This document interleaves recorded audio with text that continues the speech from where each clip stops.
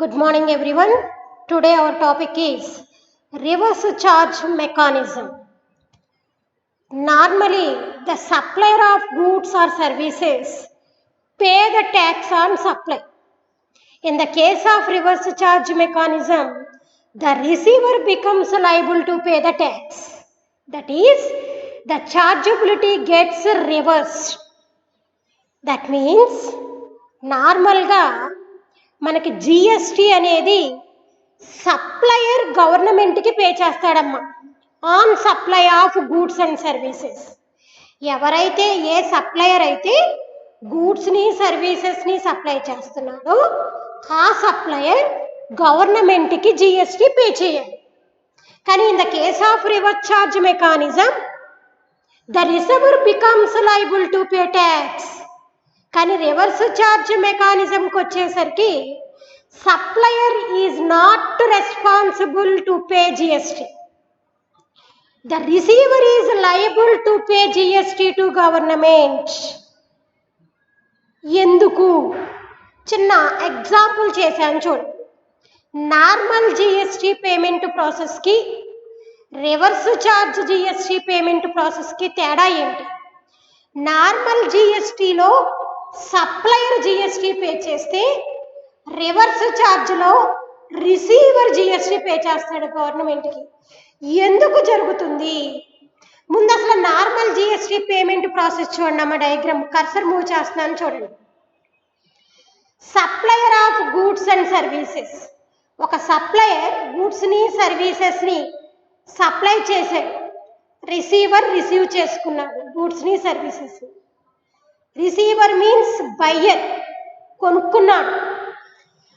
మరి ఒక వస్తువుని కొన్న తర్వాత మనం ఆటోమేటిక్గా ఏం చేస్తాం? సప్లయర్కి అంటే సేల్ చేసిన వ్యక్తికి ప్రైస్ పే చేయాలి, దాంతోపాటుగా జిఎస్టీని కూడా పే చేయాలి.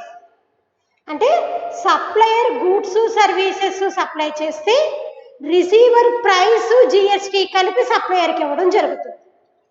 ఇప్పుడు సప్లయర్ యొక్క రెస్పాన్సిబిలిటీ ఏంటి అంటే తన ప్రైస్ తను తీసుకుని జిఎస్టీ అమౌంట్ ఎంతైతే ఉందో అంతా తీసుకెళ్ళి total GST deposited to government. Concept అర్థమైందా అందరికీను? సప్లయర్ గూడ్స్ సర్వీసెస్ రిసీవర్కి సప్లై చేశాక రిసీవర్ నుంచి వచ్చినటువంటి ప్రైస్ అమౌంట్ జిఎస్టీ రిసీవ్ చేసుకుని ప్రైస్ని సప్లయర్ ఉంచుకుని జిఎస్టీ అమౌంట్ని గవర్నమెంట్కి డిపాజిట్ చేస్తాడు సప్లయర్. ఇది మామూలుగా నార్మల్గా జరిగేటటువంటి ప్రాసెస్. మరి రివర్స్ ఛార్జ్ అంటే ఏంటి? GST payment in the case of reverse charge. మరి ఇక్కడ ఏం జరుగుతుందో జాగ్రత్తగా చూడండి. సప్లయర్ గూడ్స్ సర్వీసెస్ రిసీవర్కి సప్లై చేశాడు. ఇప్పుడు రిసీవర్ రెస్పాన్సిబిలిటీ ఏంటి?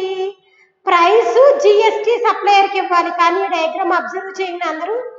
ఒక్క ప్రైస్ని మాత్రమే సప్లయర్కి ఇస్తున్నాడు. ఇదే రిసీవర్ జిఎస్టీని గవర్నమెంట్కి డిపాజిట్ చేస్తున్నాడు. ఇందాక ప్రైసు జిఎస్టీ, ఇక్కడ చూడండి ప్రైసు జిఎస్టీ రెండు సప్లయర్కి ఇచ్చాడు రిసీవర్. కానీ ఇప్పుడు ప్రైస్ ఇటు సప్లయర్కి ఇచ్చి జిఎస్టీ గవర్నమెంట్కి ఇస్తున్నాడు రిసీవర్. అంటే నార్మల్ జిఎస్టీలో సప్లయర్ జిఎస్టీ తీసుకెళ్ళి గవర్నమెంట్కి ఇచ్చాడు. కానీ జిఎస్టీ రివర్స్ ఛార్జ్లో రిసీవర్ జిఎస్టీని గవర్నమెంట్కి డిపాజిట్ చేశాడు. ఎందుకు ఇలా జరుగుతుంది? When is reverse charge applicable? ఎప్పుడు ఇలా అప్లై అవుతుంది? 3 సందర్భాలు ఉన్నాయమ్మా. First situation, supply from an unregistered dealer to registered dealer. అర్థం ఏంటి? అన్రిజిస్టర్డ్ మీన్స్ జిఎస్టీలో రిజిస్టర్ అవ్వని ఒక వ్యక్తి నుంచి, ఒక సప్లయర్ నుంచి టు రిజిస్టర్డ్ డీలర్ జిఎస్టీలో రిజిస్టర్ అయిన వ్యక్తికి గూడ్స్ సర్వీసెస్ సప్లై చేయి. అంటే సేల్ చేసే అతను అన్రిజిస్టర్డ్, పర్చేజ్ చేసే అతను రిజిస్టర్డ్. ఇలాంటి సందర్భంలో రివర్స్ ఛార్జ్ అప్లికబుల్ అవుతుంది. ఫస్ట్ పాయింట్ ఎక్స్ప్లెనేషన్ చూడండి. if a vendor who is not registered under GST supply goods to a person who is registered under GST, a vendor, that means a seller, GSTలో register అవ్వాల, కానీ supplied goods to a person who registered under GSTలో register అయినటువంటి వ్యక్తికి గూడ్స్ని supply చేశాడు. Then reverse charge would apply. ఇక్కడ that means నేను బయ్యర్ కొనడానికని వెళ్ళాను, నేను GSTలో రిజిస్టర్ అయ్యాను. నేను కొనడానికని వెళ్ళినటువంటి వ్యక్తి అంటే నాకు అమ్మేటటువంటి వ్యక్తి GSTలో లేడు.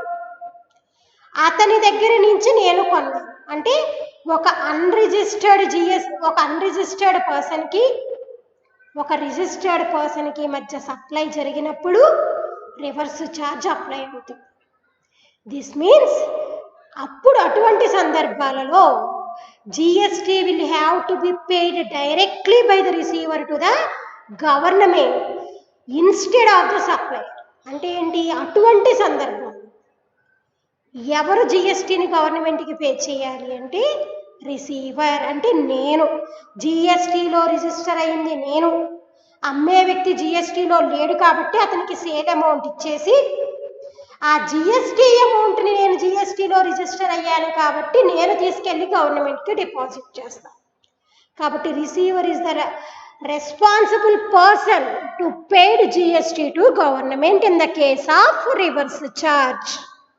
మరి రెండో situation, services through and ecommerce operators. Ecommerce that means online business మీకు తెలుసు. మరి అక్కడ డైరెక్ట్గా కస్టమర్స్ని కలవడం జరగదు. అటువంటి సందర్భాలలో ఈకామర్స్ ఆపరేటర్స్కి రివర్స్ ఛార్జ్ అప్లై అవుతుంది. ఎందుకంటే ఈకామర్స్ ఆపరేటర్స్ అందరూ కూడా కంపల్సరీగా GSTలో రిజిస్టర్ అవ్వాలి, ఫస్ట్ నుంచి చెప్తున్నాను. మరి ఈ ఈకామర్స్ ఆపరేటర్ ఆర్ ఏజెంట్ కంపల్సరీగా GSTలో రిజిస్టర్ అవుతాడు కాబట్టి కస్టమర్ పే చేయాల్సినటువంటి GST అమౌంట్ని ecommerce operator is liable to pay government. Third situation, supply of certain goods and services specified by CBEC. CBEC means Central Board of Excise and Customs. CBEC direct చేసినటువంటి లేదా specify చేసినటువంటి గూడ్స్కి and సర్వీసెస్కి కూడా reverse charge apply అవుతుంది.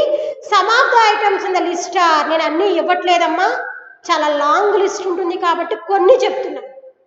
For example kaju nuts, beedi leaves, tobacco leaves, raw cotton.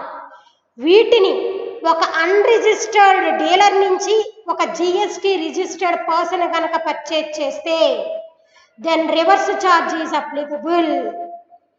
ఒక unregistered వ్యక్తి నుంచి ఒక GSTలో రిజిస్టర్ అయిన వ్యక్తి ఈ వస్తువులని కనుక లేదా ఈ సేవలని కనుక పొందినట్లయితే ఆ పొందినటువంటి వ్యక్తి liable to pay GST to government. అర్థమైందమ్మా? ఈ మూడు సందర్భాలలో మనకి రివర్స్ ఛార్జ్ అనేది అప్లై అవుతుంది. Number 1, supply from an unregistered dealer to a registered dealer, services through an ecommerce operator, supply of certain goods and services specified by CBEC. ఈ మూడు సందర్భాలలో రివర్స్ ఛార్జ్ అప్లై అవుతుంది. ఈ మూడు సందర్భాలలో కూడా receiver that means buyer is responsible to pay GST to government. మరి what is self invoicing? Self invoicing అంటే మనం సొంతంగా ఇన్వాయిస్ ప్రిపేర్ చేసుకోవాలి. ఎందుకు, ఎవరు చేస్తారు? Self invoicing is to be done when you have purchased from an unregistered supplier and such purchases of goods or services falls under reverse charge. ఎప్పుడైతే మనం unregistered వ్యక్తి నుంచి సరుకుని కొన్నామో మరి అతను ఇన్వాయిస్లో రాయడు కాబట్టి మనం GSTలో రిజిస్టర్ అయ్యాము, GST పే చేయాలి కాబట్టి మనం ఎవరైతే పర్చేజ్ చేశామో ఆ పర్చేజర్, ఆ బయ్యర్, ఆ రిసీవర్ సెల్ఫ్ ఇన్వాయిస్ని ప్రిపేర్ చేసుకోవాలి. ఎందుకంటే అతనికి రివర్స్ ఛార్జ్ అప్లై అవుతుంది. This is due to the fact that your supplier cannot issue tax invoice to you. మీకు ఇన్వాయిస్లో రకాలు చెప్పాను, types of GST invoices 2 types అని చెప్పా. Tax invoice, bill of supply.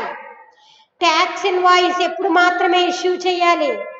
కంపల్సరీగా జిఎస్టీలో రిజిస్టర్ అయిన వ్యక్తులు జిఎస్టీకి సంబంధించిన వస్తువులని సప్లై చేసినప్పుడు మాత్రమే ట్యాక్స్ ఇన్వాయిస్ ఇవ్వాలి. మరి అన్రిజిస్టర్డ్ డీలర్ అంటే అతను జిఎస్టీలో లేడు కాబట్టి ఇన్వాయిస్ ఇవ్వడు. మరి మనం ఇన్వాయిస్లో కొనుక్కున్న వాళ్ళం జిఎస్టీలో ఉన్నాం కాబట్టి మన సెల్ఫ్ ఇన్వాయిస్ని ప్రిపేర్ చేసుకోవాలి. ఎందుకు అంటే you become liable to pay tax on their behalf. Hence, self-invoicing in this case becomes necessary. Hence, self-invoicing in this case becomes necessary. ఇలాంటి సందర్భాల్లో రివర్స్ ఛార్జ్ వచ్చేటటువంటి సందర్భాలలో రిసీవర్, బయ్యర్ కంపల్సరీగా ఏం చేయాలమ్మా? సెల్ఫ్ ఇన్వాయిసింగ్ని ప్రిపేర్ చేసుకోవాలి. ఎందుకు సెల్ఫ్ ఇన్వాయిసింగ్ అంటే ఐటీసీ పొందాలి అంటే invoice is the only proof. ITC పొందాలి, ఇన్పుట్ ట్యాక్స్ క్రెడిట్స్ కావాలి అనుకుంటే ఇన్వాయిస్ అనేది కంపల్సరీ. మరి applicability of reverse charge on goods under section 9(3). ఏ గూడ్స్కి రివర్స్ ఛార్జ్ అప్లై అవుతుంది? ఇప్పుడే చెప్పాను. Kaju nuts, beedi leaves, tobacco leaves, అదేవిధంగా raw cotton, lottery selling agents, వీళ్ళందరూ కూడా ఒక అన్రిజిస్టర్డ్ పర్సన్ నుంచి గనక ఒక రిజిస్టర్డ్ పర్సన్ ఈ వస్తువుల్ని గనక పర్చేజ్ చేసినట్లయితే కంపల్సరీగా రివర్స్ ఛార్జ్ అనేది అప్లై అవుతుంది. మరి next one, applicability of reverse charge on services. Goods చెప్పాం, మరి సర్వీసెస్కి వచ్చేసరికి goods transport agencies, insurance agents, bank recovery agent, legal services by an advocate, sponsorship services, taxi services, e-commerce operators. ఈ services అన్నిటికీ కూడా reverse charge apply అవుతుంది. ఈ services provide చేసేటప్పుడు supplier responsible అవ్వడు. Only receiver is the responsible to pay GST to the government. మరి next one, rules related to reverse charge. మరి reverse charge rules అంటే number 1, supply goods and services from unregistered person to a registered person. అంటే ఏంటి? Reverse charge apply అవ్వాలి అంటే కంపల్సరీగా ఎవరి మధ్య సప్లై జరిగి ఉండాలి? ఒక అన్రిజిస్టర్డ్ డీలర్కి ఒక రిజిస్టర్డ్ డీలర్కి మధ్య సప్లై అనేది జరిగి ఉండాలి. తర్వాత second rule, GST under the reverse charge. Reverse charge కింద జిఎస్టీ పేమెంట్ అనేది నెక్స్ట్ మంత్ 20th కల్లా గవర్నమెంట్కి పే చేయాలి. Rule number 3, GST paid under RCM is available for ITC. ఎవరైతే ఆర్సీఎం కింద జిఎస్టీ పే చేస్తారో వాళ్ళందరికీ ఐటీసీ అవైలబుల్గా ఉంటుంది. But there is one condition, next rule, ITC cannot be used for the payment of reverse charge to the government. వచ్చినటువంటి అంటే GST pay చేసేటప్పుడు RCM కింద పొందిన ఐటీసీని రివర్స్ ఛార్జ్ పే చేయడానికి యూజ్ చేయకూడదు. Last rule, under RCM the registered person must be prepared self invoicing. ఎవరైతే ఆర్సీఎంలో ఉంటున్నారో, ఎవరైతే ఆర్సీఎం కింద జిఎస్టీ పే చేయాలో that registered person compulsory prepared self invoicing. ఇదమ్మా రివర్స్ ఛార్జ్కి సంబంధించినటువంటి ఆన్సర్. అసలు రివర్స్ ఛార్జ్ అంటే ఏంటి, రివర్స్ ఛార్జ్లో ఎవరు ట్యాక్స్ పే చేయాలి, రూల్స్, రివర్స్ ఛార్జ్ అప్లై అయ్యేటటువంటి గూడ్స్ ఏంటి, సర్వీసెస్ ఏంటి అనేది చాలా క్లియర్గా ఎక్స్ప్లెయిన్ చేశాను మీకు. There is only simple and small difference between normal GST and reverse charge.